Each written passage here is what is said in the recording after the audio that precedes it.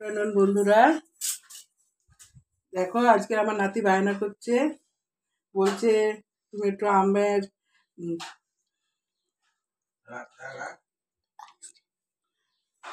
Ice cream বানাও। ঠাকুমা ঠাকুমা বলে না, আমার নাতি আমাকে মিমি বলে। যাই হোক, আমি এতক্ষণ ছাড়াচ্ছিলাম আর কাঠটাকে বার করলাম। কাঠটাকে বার করে তারপরে এই মিক্সিতে দিচ্ছি। বন্ধুরা দেখতে পাচ্ছ, মিক্সিতে দিচ্ছি আমি। আর তার মধ্যে আমি একটু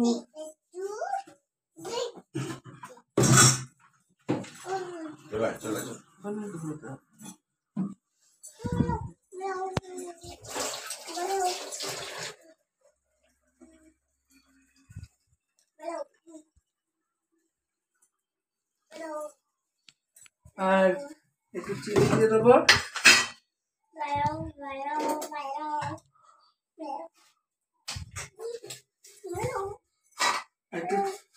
এর মধ্যে আমের কাজ দেখতেই পাচ্ছ বন্ধুরা, এই যে মিক্সিতে বাটিতে। আর আমি এতে একটু চিনি দিয়ে দিচ্ছি।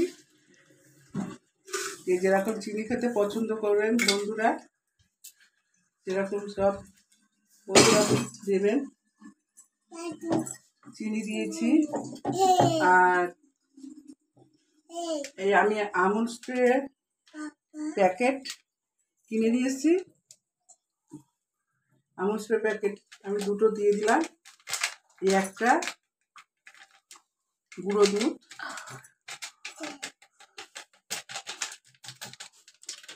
আর এই একটা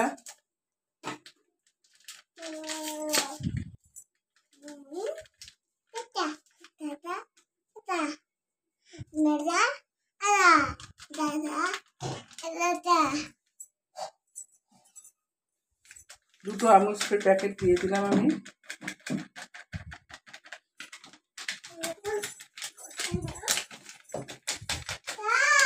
আর আমি দুধ ভালো করে ফুটিয়ে, বন্ধুরা দেখতেই পাচ্ছ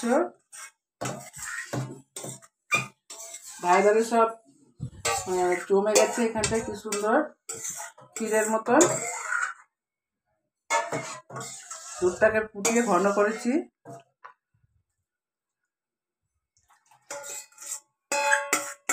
এখানে ধারে ধারে সব ক্ষীরের মতন কি সুন্দর জমে গেছে।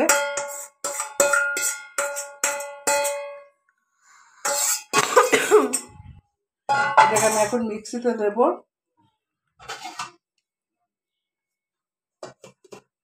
আমি মিক্সিতে খুব ভালো করে মিক্সিতে ঘুরিয়ে নিয়েছি, তোমরা দেখতেই পাচ্ছ মিক্সিতে কত সুন্দর এইটা ঘোরানো হয়েছে। আর এইটা আমি আমাদের ডিপ ফ্রিজে এটাকে বরফের সেট আছে, সেই সেটের মধ্যে ঢেলে, আর এখানে আমি আমন্ড আর কিশমিশ আমি এখানে কুচিয়ে রেখে দিয়েছি। এটা ওপর থেকে গার্নিশ করে দেবো। আর গতকাল আমি বানিয়েছিলাম, আমি ওটাকে কাজু দিয়ে বানিয়েছিলাম। আর আজকে আমার নাতি হুট করে বায়না করছিল যে মিমি আজকেও বানাও, তাই জন্য আমি আজকে যা ঘরে ছিল সেটা দিয়েই বানাচ্ছি। আর এটাকে গার্নিশ করেছি, গার্নিশ করে দেবো। ওগুলোকে ওপরে দিয়ে গার্নিশ করে ডিপ ফ্রিজে ঢুকিয়ে দেবো। রাত্রিবেলা সবাই যখন কাজ থেকে আসবে তখন সবাই মিলে আমরা খাওয়া দাওয়া করবো।